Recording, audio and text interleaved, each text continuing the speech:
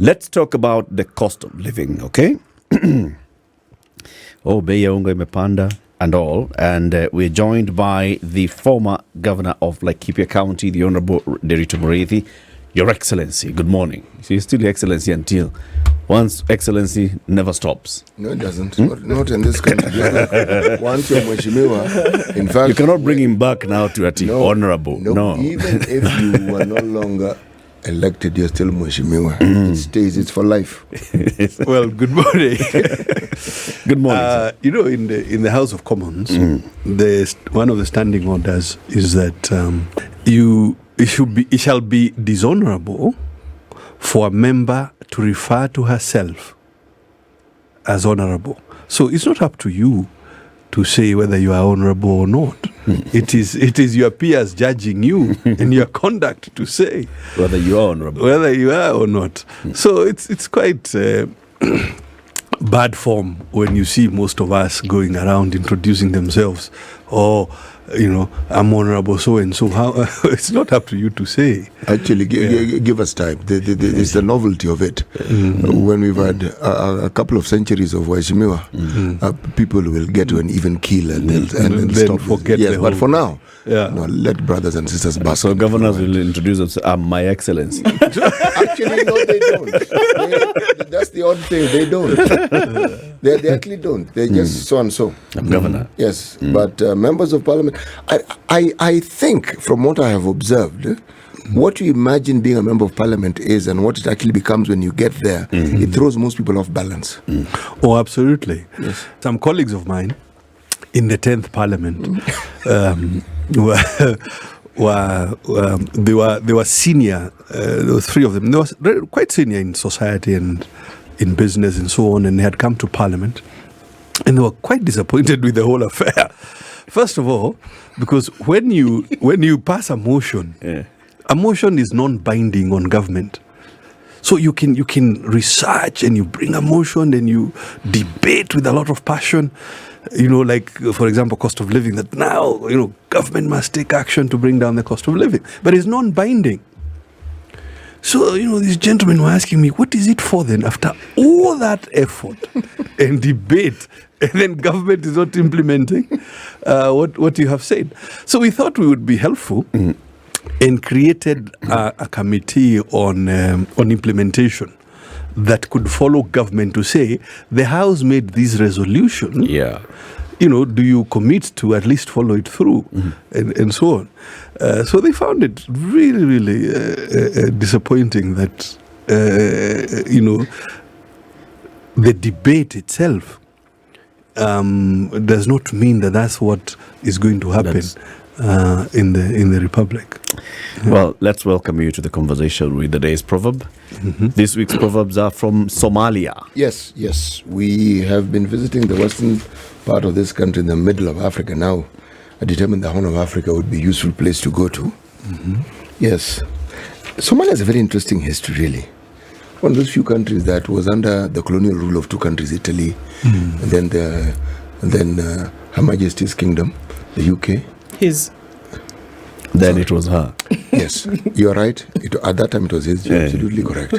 But it was hers for the longest time. Yes. So even the current his, it still has. The her hasn't quite gotten out of the system yet. Yes. But yes, I stand corrected, and you're right.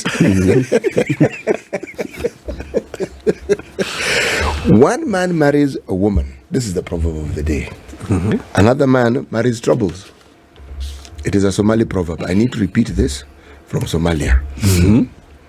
So the proverb. Say again. One man marries a woman.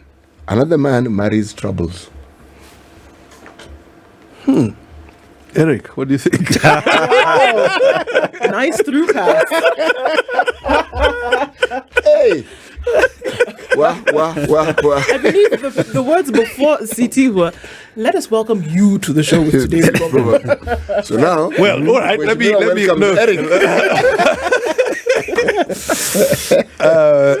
dodging. I mean, it's so interesting that that's the proverb today. Yesterday, I was giving a talk in Naivasha to men, and one of our an amazing CEO of an oil company lady was the speaker preceding me in talking to men about women. And, what does she want? You as a man, what should you be stepping up to, and so on. So I will interpret it in that context, given that recent conversation that was just yesterday, that, some marriages quite good, near bliss. Some marriages can be quite difficult. And so quite literally, one man marries a wife, another one gets into quite a bit of trouble. Indeed. Okay. Cost of living. One of the things that, is a big issue, even for Azimio, in the top leadership of Azimio. The protests, when you first started calling protests, you had issues. You were talking about opening the server. You're talking about looking back and reviewing the election, auditing the past election, the composition of the IEBC. And then the issue of the cost of living started emerging also as one of the issues that you're raising. Now, we've seen the protests that have taken place across the country the last couple of weeks. And Azimio says that one of the things that they are pushing for is the issue of the cost of living. There are people who keep arguing that, is Azimio out on the street? Are they calling us out on the streets really because of cost of living or because of everything else? And then they've noticed that cost of living is actually a pain point for us. So they also ride on the cost of living for us, riding on our pain. Do you think that the country's leadership, and by leadership I don't mean those who are in government now, I mean those who are in positions of leadership across the board, do they really understand when the people say that maisha imekuwa ngumu? I would say half of them understand, appreciate. By half, you see, it's not like 50-50. I'm just saying a portion of leaders seem to me to understand and appreciate the cost of living, but also, and an even smaller portion, the relatedness of issues. I recall about 4 months ago, I was on this very program, this very platform, with a colleague from the government side. And at that time, we were talking about borrowing and what it means. Because at that point, if you recall, they had just tabled the month before the budget policy statement, and they were showing that they intended to increase the overall size of the budget. And because of that, they were going to have to tax people more, and they were also going to rely on the domestic market more. Yeah. And we were arguing at that time that, look, this is really quite the wrong trajectory, because people are having a hard time. Now, if you tax them more, it means they'll have an even harder time. And if you borrow a lot as government in the domestic market, you're going to squeeze the private sector out of it, both of which are terrible for the economy. And if you recall, our colleague from government was quite dismissive. Ndende Nyoro, yes, chairman of budget. He was very, very dismissive about what we were explaining to him. But those are the facts. So a portion seemed to me, as NDIRITU Muriithi, to understand that people are really hurting. An even smaller portion seemed to understand the relationship between issues, unless you understand that relationship, as government particularly, taking action becomes really difficult. And you might end up taking the wrong action, thinking you're solving, and making the problem worse. Then there are those that say, if you look at the issue of the cost of living, it's not unique to Kenya. No, it isn't. There are many other parts of the globe where issue of the cost of living are actually being raised by the citizens in various countries. Indeed. What's the difference between Kenya and those other countries? I would say the difference is the reaction of government, the reaction of the administration. Because, when I start, look at the UK. In the UK, you've seen over the last 18 months, and I suspect you're going to see it now as winter approaches, you have seen over the last 18, 20 months, many protests. They have not turned violent. You've seen protests with tens of thousands of people. What are they arguing about in the UK? They say, look, the cost of gas, the cost of heating people's houses and whatever is really high, and many people can't afford it. When winter comes, people are going to die. But you don't see government clobbering them. I think in well over 100 countries, there have been cost of living protests in the last year and a half. So our difference is that government or top leadership of government somehow have convinced themselves that cost of living is not an issue, and that therefore when people come out of the street, we have to be tough, we have to clobber them, and I think that's a big difference. If we look at the protests that are taking place in different parts of the world, whether you want to talk about France, we looked at the northern part of the continent, looked at other parts of Europe, would you say that the protests continue to keep the conversation relevant? It's not necessarily that governments, the French government, for example, with the riots that we saw after, certain people were shot at, killed. It's not necessarily that government will wake up tomorrow and do something to change the problem, but that to keep the conversation simmering, the protests continue, so that you keep being a constant reminder to government that, look, man, this is an issue that we must keep speaking of. Would you say that that was the same kind of conversation that you would like translated into Kenya? Not necessarily that the government do something, because I think we're all on the same page that even if we protest from now until next year, if the prices of things are expensive, it may be difficult for government to turn that down like a tap tomorrow. But to keep the conversation relevant, to keep it simmering, so that you remember that this is where we ought to be. Would you say that the same thing is what you would like translated into Kenya? No, I wouldn't. I somewhat disagree. You see, first and foremost, opposition is part of democratic practice. Sure. So you must, in fact, those countries that don't have opposition soon slide into dictatorship. So people opposing or going to the street to say, you, Mr. Government or Madam Government, this, that or the other, that is what the conduct of democracy should be. Can government do something about the cost of living today and make a difference today? It can. What can it do? 20 different things. I was going to ask. Okay. Maybe just 20 different things. Yeah. Thing number one that you can do, must do, you can give citizens direct support, which is what most governments, I wanted to say most good governments, but many governments have taken that path. That look, yes, the price of oil is high generally, globally. Most currencies are weak.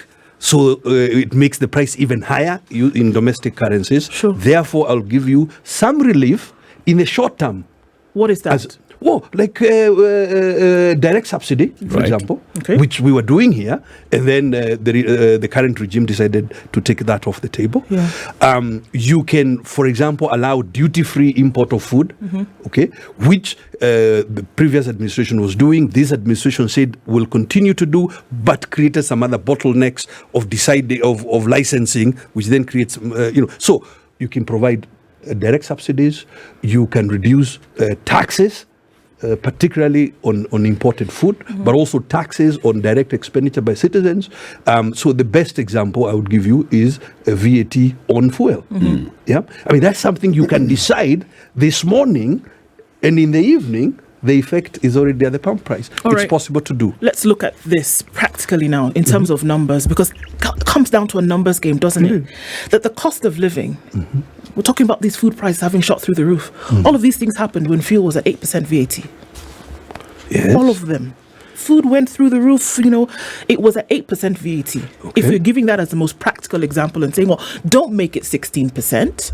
Because that makes it... Sure, but at 8%, it's been at 8% for the last, I don't know how long, but food prices have skyrocketed, still at 8%. How would that have been different? Please look at the composition of inflation in Kenya. You see, the escalation of cost of living in Muga NDIRITU type English is called inflation. What is inside there in inflation? What you will find, three main drivers. One is food. And food accounts for more than half of the upward pressure in the basket of goods is food. Yes. Fuel is about 25, 30%.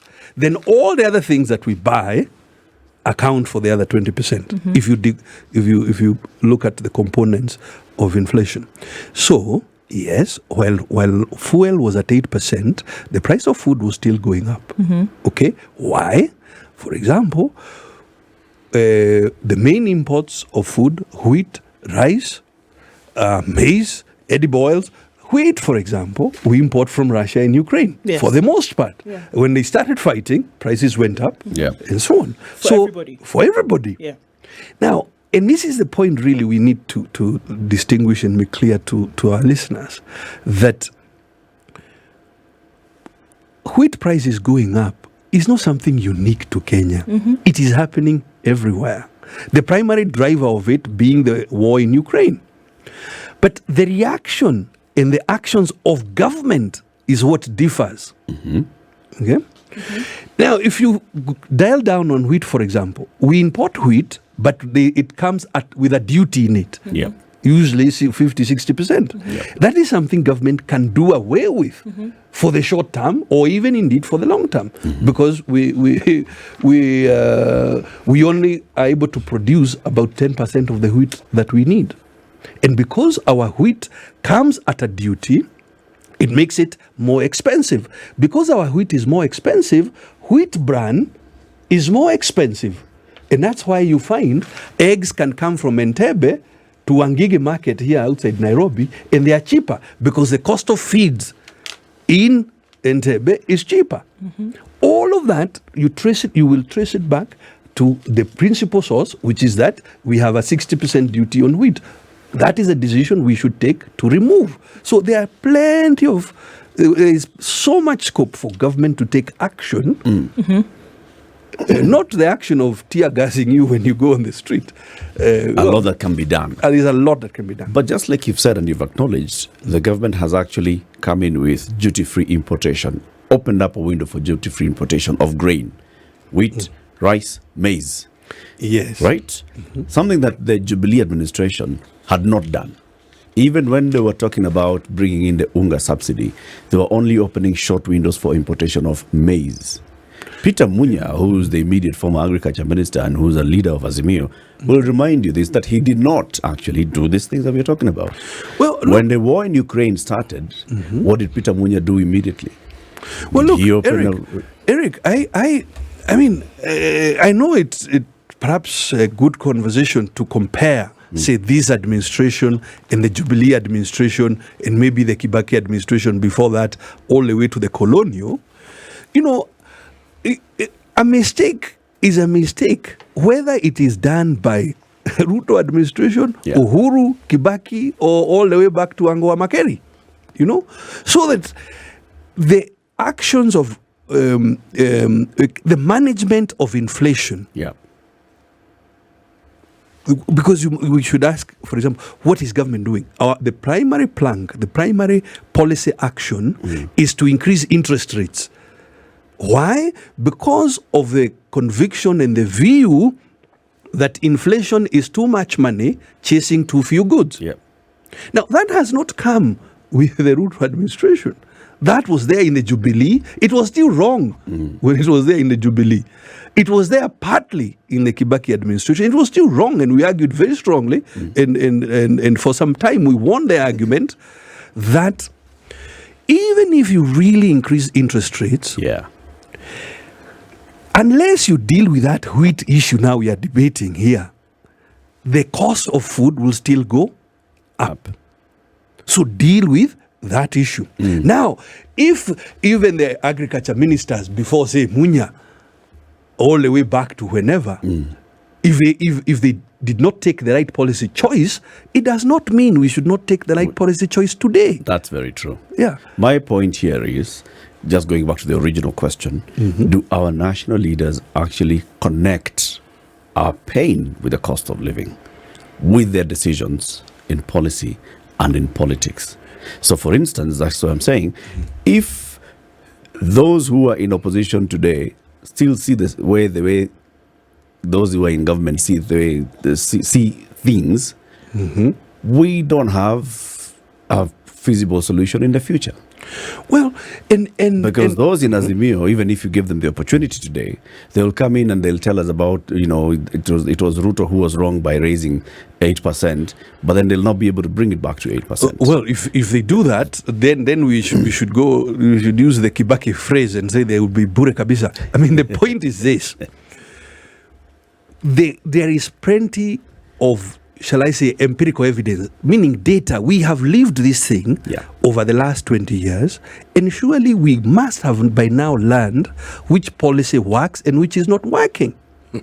Yeah, and we must surely know, if we look at the last 20, 25 years, that raising interest rates as the primary way of managing the cost of living has not worked for us, and it has not worked for many countries.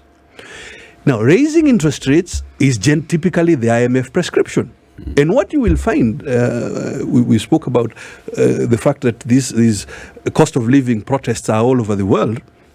They seem to be larger, or perhaps more, what's the word I need to use here? More vigorous. More vigorous, yeah. In those places where this IMF medicine is being applied the most. Because it is not working, and it has not worked for us. If you look at the last 20 years or so, the period where things seemed to work is 2003 to about 2008. And the policy mix, the things we did then, or government did then, were actually quite different from what was done during Jubilee and what is being done now. My view, and I feel sad that the government side is saying cost of living is not something they want to discuss. Then perhaps there is no point of having any discussion at all, because it is the main issue, and it ought to be held in a manner that we truly debate and use data to see what has worked and what hasn't worked. Ndugu, when you look at this matter that we're now discussing, and you explain it so simply so that it's actually very easy to understand, how then do we explain the fact that this simple thing cannot be implemented? And yet the leadership we have now in our parliament and senate is like with every electioneering cycle, we get more and more educated people who actually, in theory and on paper, ought to understand these issues, and yet the practice is a complete divergence from this simple matter that we're talking about.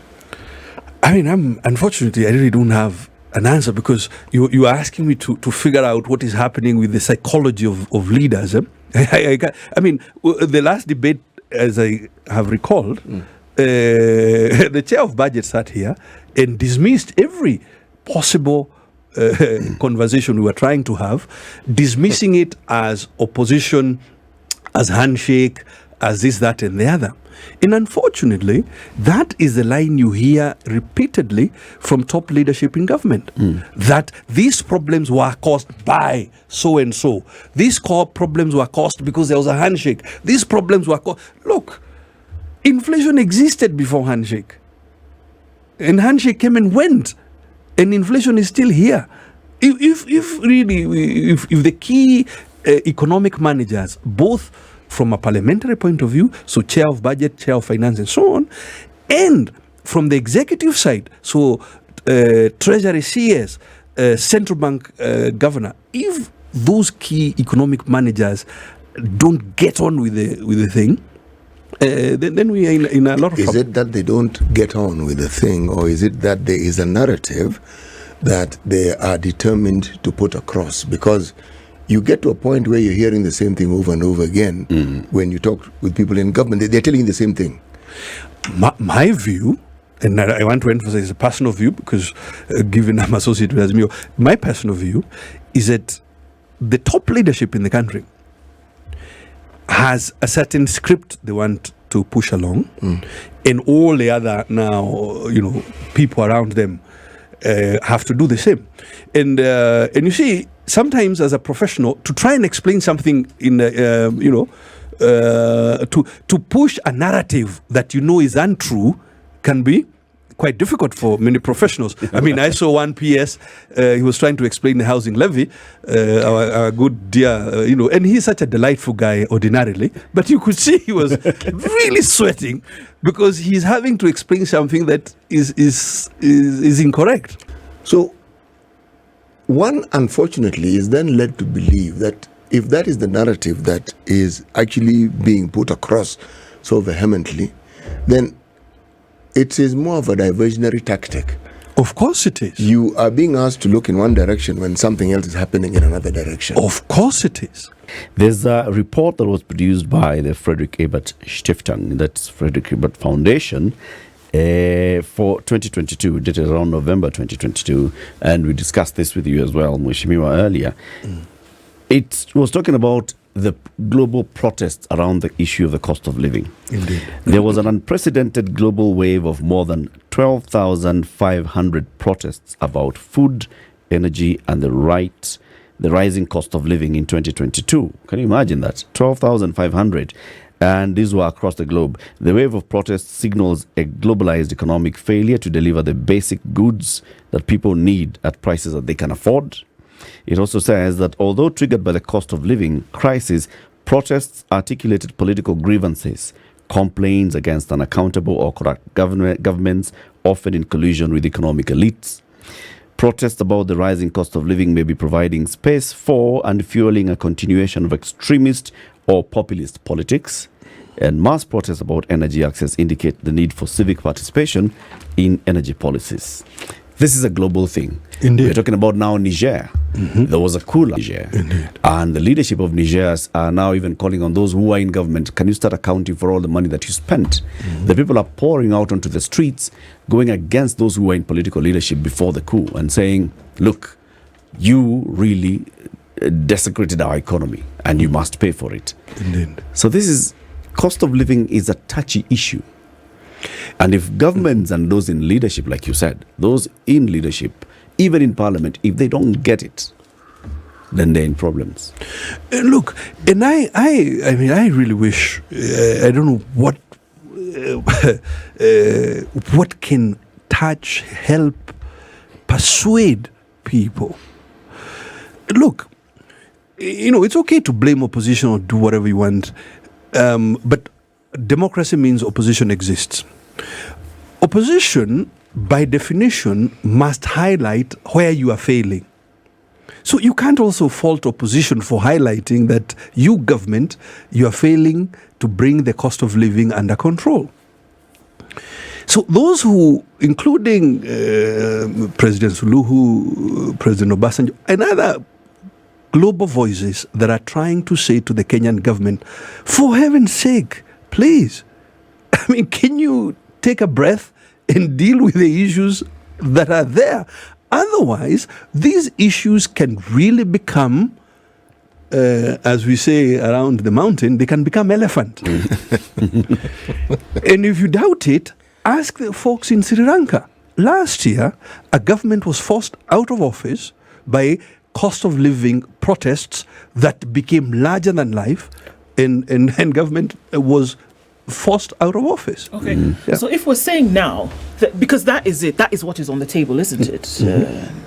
And now there's all talk of talks. This is Indeed. where we are right now. Indeed. That there are people who are brokering conversations. Let's sit down at the table and discuss. Then many a Kenyan would assume that folks who are sitting around the table to talk will be talking about how you can actually bring down the cost of living. It is not going to be about power sharing. It is not going to be about who can do what. It is not about who is going to be part of what. It actually should be a conversation of government is sitting at one end of the table, opposition is sitting at the other end, and we're talking about, guys, but nobody is going home until we figure out how to bring down the cost of living. That's what the conversation should be. A one-point agenda. A one-point agenda. That's what we're saying. All these other things Can take a back seat for now. doesn't matter.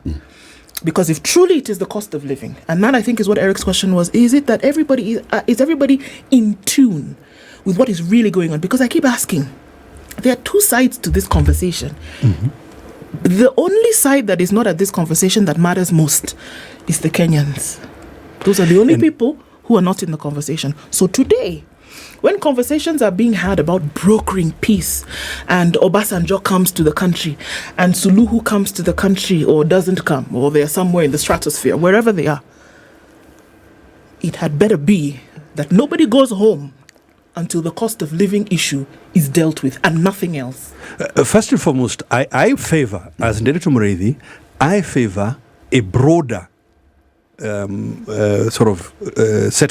broader agenda. Not agenda. It should not be opposition versus government. This is a conversation about Kenya.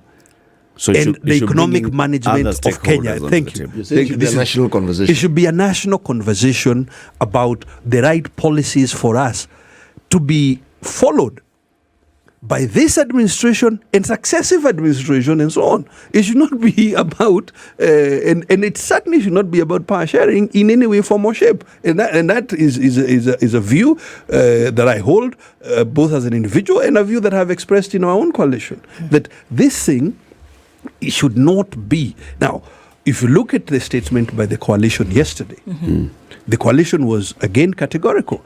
Our principal question is the cost of living. Granted, we have spoken about audit of the 2022 elections. We have spoken about bipartisan reform of IBC and so on. But our principal issue is cost of living.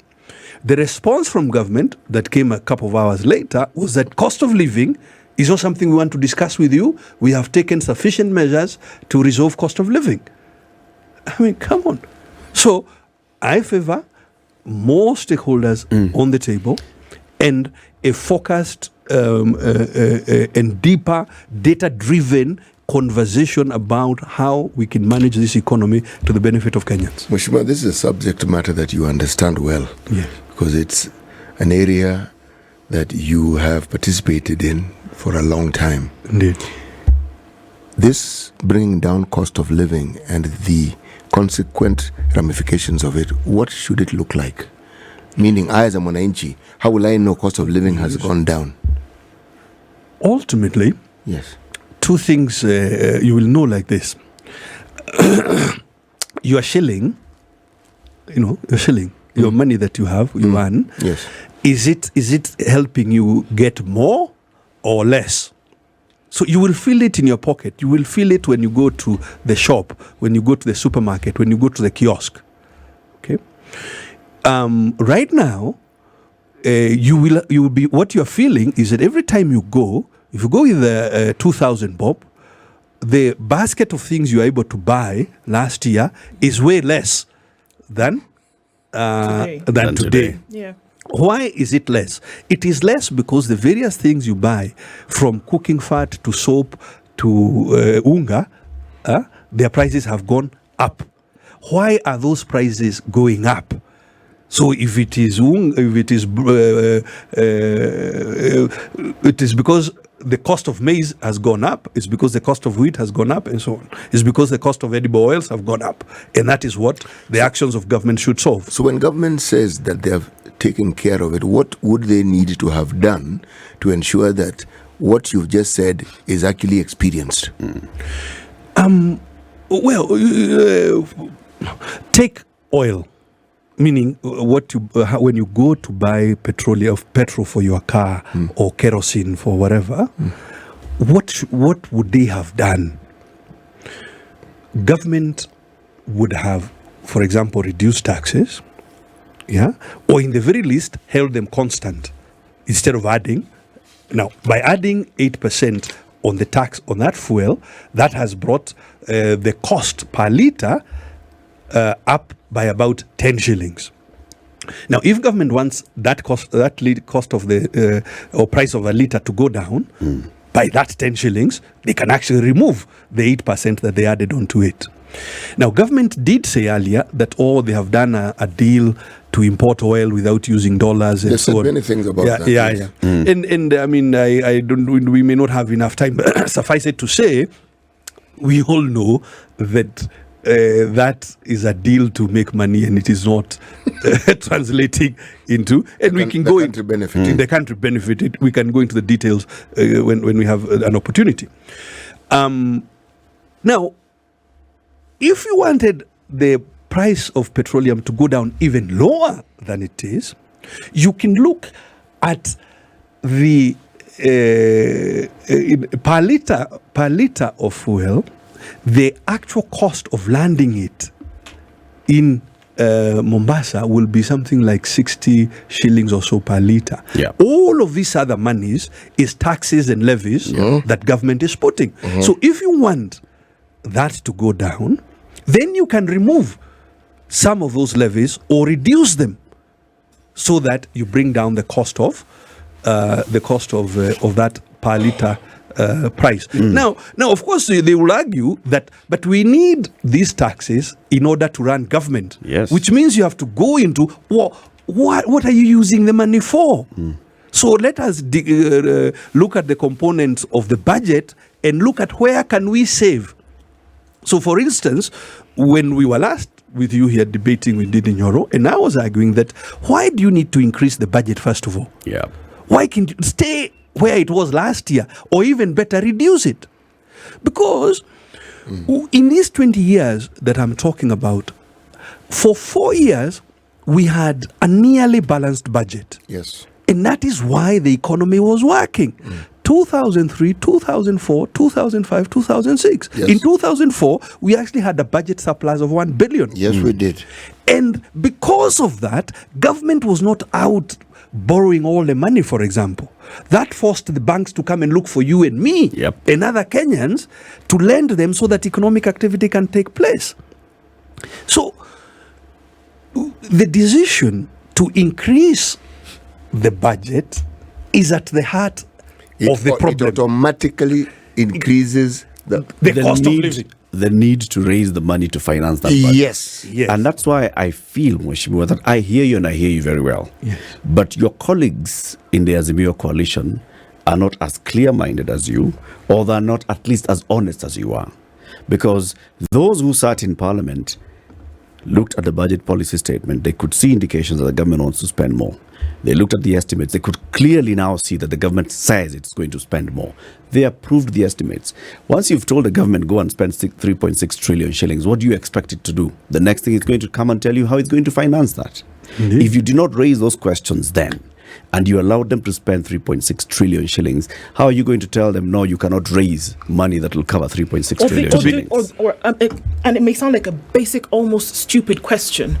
Or did they not know that you're giving the approval to spend that money in a year meant that they had to find it from somewhere? Do they not know that their participation in this would then give rise to the next? Do they not know? To be fair to the opposition, the opposition first called for protests back in March, immediately after the budget policy statement was tabled.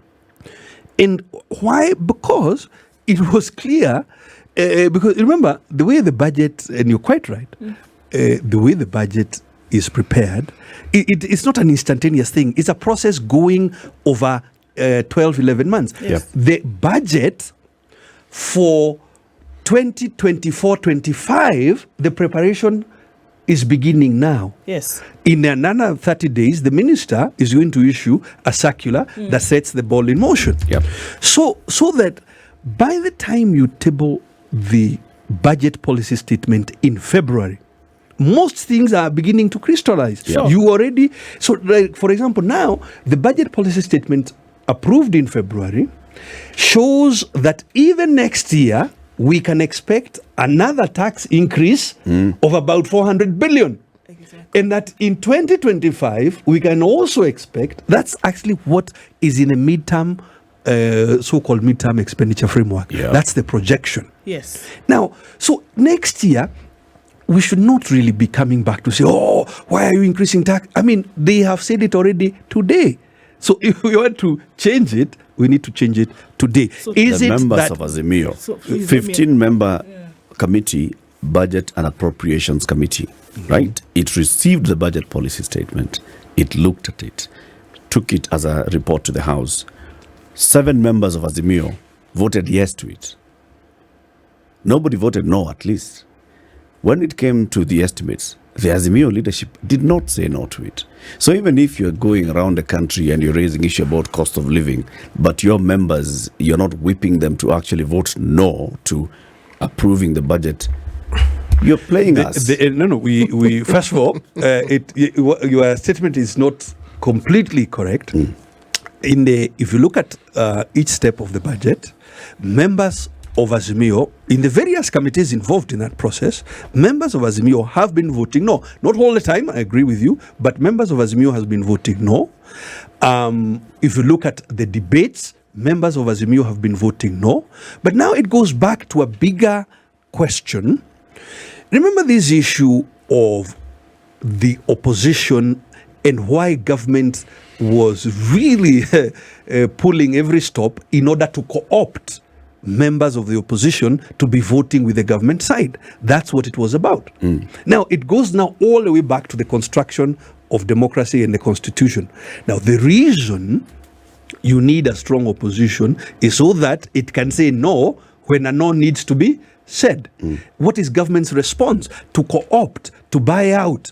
How they have managed to do it, I don't know, we can only guess. But Mheshimiwa, how then do we blame the government for applying whatever tactics it can apply to strengthening its position? Because that's what it's doing, while weakening the opposition. Why aren't the opposition strong enough to retain their membership and continue with the strength which they began with? If you ask me if we are going to now play this little game of apportioning blame, if we apportion blame to the government for pillaging, we apportion adequate blame to the opposition for not ring-fencing their strength. And as a citizen of Kenya, this is why I join those who are saying, let us exercise Article 1 of the Constitution. Let us take back our sovereignty from this political elite, whichever side it might be in, because once we have elected them, but they are not, they're not giving fidelity to why we elected them.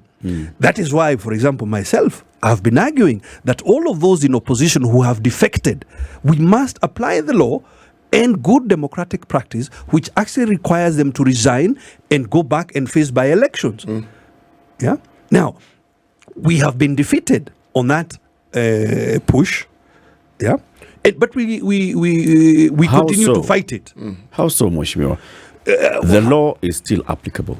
The law is still applicable. The Political Parties Act is still applicable. Yes. If you associate yourself with another party, then you should. Now, I have not seen Azimio or Azimio leadership even going to court to petition that this action be taken. So the Speaker is forced to issue writs. Actually, there's a court case, as you know, has been going on for almost 3 months now. And the primary prayers are those ones that these individuals, these political parties have defected, and here is the evidence that they have defected. Could the court kindly issue orders for the Speaker to issue writs to declare the seats vacant? So there's a court case already proceeding like that. The fight back from the government side has been, for example, in the case of Jubilee, to instigate civil war, if you will, inside Jubilee, so that now, because the process, fair administration of justice. If I say, Eric, you have defected from our party, we have to take you to internal dispute mechanism first. Yes.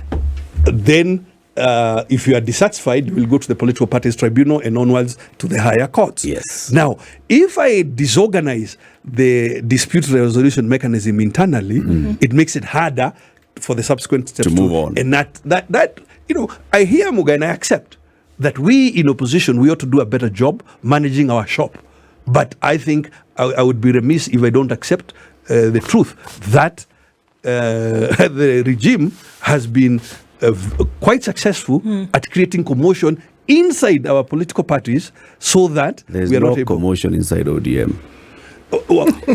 And their internal dispute mechanism is proceeding as we speak. Slowly. Very slowly. It's proceeding as but it's there. Where are we going? I hope the proverb, perhaps for another day, So ought to be Mr. Muga, that ihenya ria muthe ni kwegea. And Translate so that I understand. that the speed of an elder is Wobbling. is mosmos. Yes. The way he walks. So until then, at least those in ODM should not talk about the regime raiding. If you still haven't finished your own first step of show cause, surely. Well, those steps are proceeding, and as I've already said, there's a larger case already in the High Court, and those are the issues to be canvassed in order that we hold people to account for, and we must give fidelity to the Constitution. The way you are elected, now, if you want to defect, that's fine. Yeah. But follow the law. Follow the Bishop, law. when you come back, I will want to ask you this question. What happens if we decide to ignore the IMF and its dictates? But don't answer it. Just think about it, because You can answer in a minute. Nothing happens. I mean, we did so in 2003, 2004, 2005, 2000, and we were very successful. And that is why we were successful. Okay. Really, yeah? Yes, and I was in IFC. I mean, I was You were in part the of the Bretton Woods. Bretton I was, well, we were arguing then there, but Kibaki was able to stand up and say, no, I'm not going to do what you're saying. I'm going to balance my budget. And that's the way he did it. Okay. Asante sana. The Honorable, no, His Excellency. the Honorable Excellency. Excellent, honorable. I'll be quite happy with Nderitu Mureithi. Thank you. Nderitu Mureithi is the former governor of Laikipia. He's finance and what expert? There are many things No, just finance and economics. those ones, those two. He's been our guest this morning. Keep it here for more conversations. This is the Situation Room, the only way to start your day.